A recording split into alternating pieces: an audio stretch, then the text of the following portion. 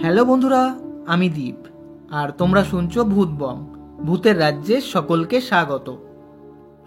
বন্ধুরা, তোমরা আজকে শিয়ালদহ স্টেশন থেকে রাতের শেষ কল্যাণী সীমান্ত লোকালের ঘটে যাওয়া ভৌতিক ঘটনা শুনতে চলেছ। ঘটনাটি শেয়ার করেছে অর্ক ব্যানার্জি কল্যাণী থেকে। অর্কর সাথে ঘটে যাওয়া ভৌতিক ঘটনাটি শোনার আগে বন্ধুরা, তোমরা যারা এখনো পর্যন্ত ভূতবং চ্যানেলটিকে সাবস্ক্রাইব করোনি তারা সাবস্ক্রাইব করে দাও আর পাশে থাকা বেল আইকনটিও ক্লিক করে রেখো, যাতে ভূতবং এর ঘটনা আসা মাত্রই তোমাদের কাছে নোটিফিকেশন পৌঁছে যায়। তাহলে চলো বন্ধুরা, রেডি হয়ে যাও, কানে হেডফোন গুঁজে নাও। চলো তাহলে আজকের ঘটনাটি শোনা যাক। নমস্কার, আমি অর্ক ব্যানার্জি কল্যাণী থেকে বলছি। গত বছর ডিসেম্বর মাসে আমার সাথে একটা হারিম করা ভৌতিক ঘটনা ঘটে গিয়েছিল। ঘটনাটি ঘটে শিয়ালদহ থেকে রাতের শেষ কল্যাণী সীমান্ত লোকালে। দিনটা ছিল রবিবার। আমি কলকাতা থেকে আমার এক রিলেটিভের বিয়ে খেয়ে ফিরছিলাম। শিয়ালদহ থেকে রাতের শেষ কল্যাণী সীমান্ত লোকালটা ধরে ফিরছিলাম। আমি ট্রেনের একদম মিডিল কোচে উঠি। এমনিতেই শীতের রাত, প্যাসেঞ্জারও খুবই কম ছিল।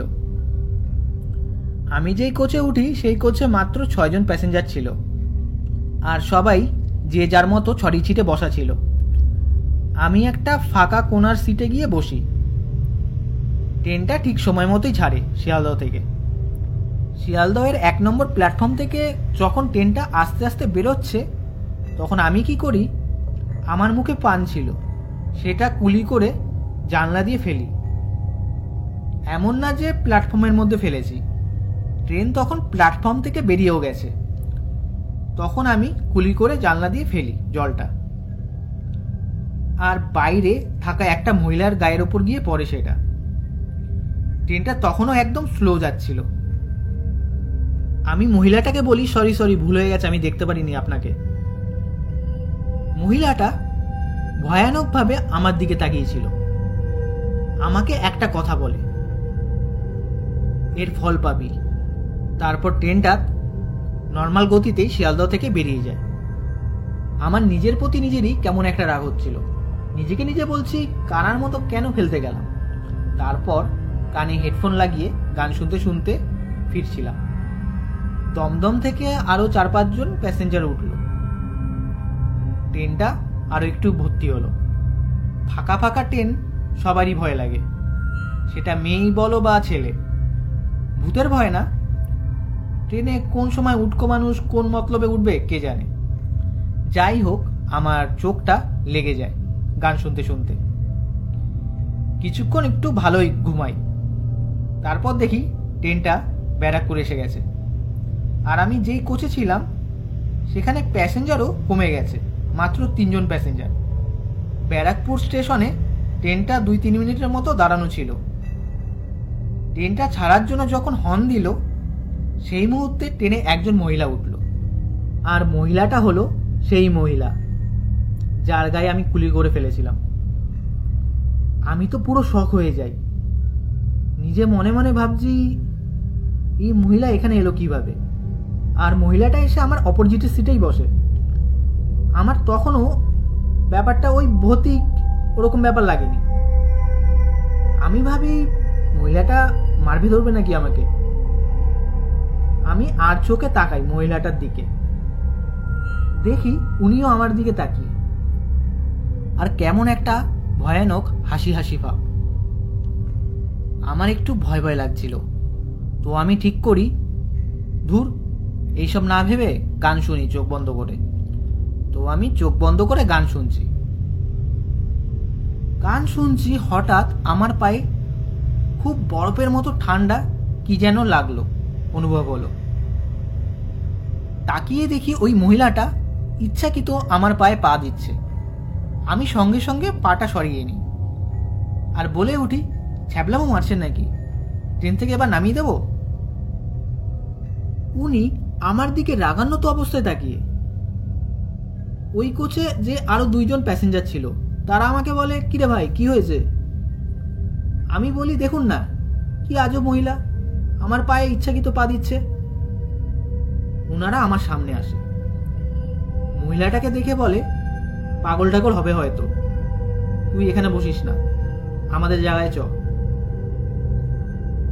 সেই প্যাসেঞ্জার দুটো যে মহিলাটাকে পাগল ঠাগল বলল, তো মহিলাটা চাপা আওয়াজে বলে যাচ্ছে, আমি পাগল না, আমি এই ছেলেটার মজা বোঝাবো। তো কেউ আর অত কেয়ার করি না, আমি সেই প্যাসেঞ্জার দুটোর সাথেই বসি। প্যাসেঞ্জার দুটোর সাথে বসে দুই একটা কথাও বলছিলাম। আমার হঠাৎ মনে পড়ে, আচ্ছা ওই মহিলাটার পাটা অমন বরফের মতো ঠান্ডা কেন? আমি সেই লোক দুটোকেও বলি সেই কথা। দুটো লোক বলে, কি বলছিস রে, বরফের মতো ঠান্ডা ছিল? আমি বলি হ্যাঁ।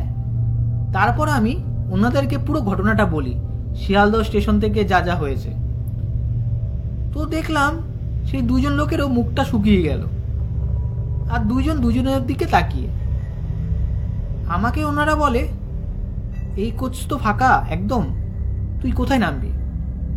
আমি বলি কল্যাণী ঘোষপাড়ায়। তো ওনারা বলে, দেখ আমরা তো নৈহাটিতে নেমে পড়বো, তো এই ফাঁকা কোচে ওই মহিলার সাথে থাকতে লাগবে না, তুই নৈহাটিতে নেমে অন্য কোচে গিয়ে উঠিস। সে মতো নৈহাটি আসার পর লোক দুটো আর আমি নেমে যাই। আর নামার সময় ওই মহিলাটিও সেই কোচেই ছিল। লোক দুটো আমাকে ভালোই হেল্প করে, ওনারা আমাকে অন্য কোচে উঠিয়ে দেয়। আর সেই কোচে 7-8 জনের মতো প্যাসেঞ্জারও ছিল। তো আমি একটু নিশ্চিন্ত হই, ভাবি যাক লোকজন তো আছে, চাপ নেই। কিন্তু আমার এই ভাবনাটা একদমই ভুল ছিল। ট্রেনটা যখন হালিশহর স্টেশনে আসে, দেখি সব প্যাসেঞ্জার নেমে গেল। ওনারা সব একই ফ্যামিলিরই মনে হয়, কথাবার্তা শুনে মনে হচ্ছিল ওনারাও বিয়ে খেয়ে ফিরছে। কোচটা পুরো ফাঁকা হয়ে যায়। আমার বুকটা তখন ধপক ধপক করছিল, এতটাই টেনশন হচ্ছিল, ভাবছিলাম মহিলাটা আবার আমার কোচে উঠবে না তো। দেখলাম না, আর কেউ উঠলো না। তারপর ট্রেনটা চলা শুরু করে, এমনভাবে একা একা মেন কলোনি পর্যন্ত যাই। তারপর আবারও আমি শক হয়ে যাই, আর চিন্তা করি আজ মনে বাড়ি ফিরতে পারবো না। এই চিন্তা হওয়ার কারণ হলো, সেই মহিলা আবারও আমার কামরায় ওঠে। আমি এবার শিওর হয়ে যাই যে মহিলাটা স্বাভাবিক কিছু না। মহিলাটা এবার আমার সামনে এসে বসে না, গেটের সামনেই দাঁড়ায়, আর আমার দিকে কটমট করে তাকিয়ে খুব ভয়ানক ভাবে, আর বলে যাচ্ছে, তুই আজ আর বাড়ি ফিরতে পারবি না। আমি ভালো করেই বুঝে যাই যে জিনিসটা নেগেটিভ কিছুই হবে। তখন আমার মাথায় একটা পজিটিভ চিন্তা আসে, সেটা হলো আমি ব্রাহ্মণ আর আমার কাছে পৈতে আছে। তো আমি সঙ্গে সঙ্গে ওই ঠান্ডার মধ্যেই জ্যাকেটটা খুলি আর পৈতেটা বার করে ধরে রাখি। পৈতেটা আমি ধরে রেখেছি, তখন দেখি সেই মহিলাটা কল্যাণী শিল্পাঞ্চল স্টেশন আসেনি, ট্রেন রানিংয়ে ঝাঁপ দিয়ে বেরিয়ে গেল। আমি পুরো কনফার্ম হয়ে যাই যে এটা প্রেতাত্মাই ছিল। যাই হোক, ঘটনাটা এখানেই শেষ নয়। যখন আমি কল্যাণী ঘোষপাড়া স্টেশনে নামি, ওই ট্রেন থেকে আরও 2-3 জন নামে প্যাসেঞ্জার। যারা কল্যাণী ঘোষপাড়ায় গেছো তারা জানো, ঘোষপাড়া স্টেশন থেকে বেরানোর দুটো জায়গা আছে।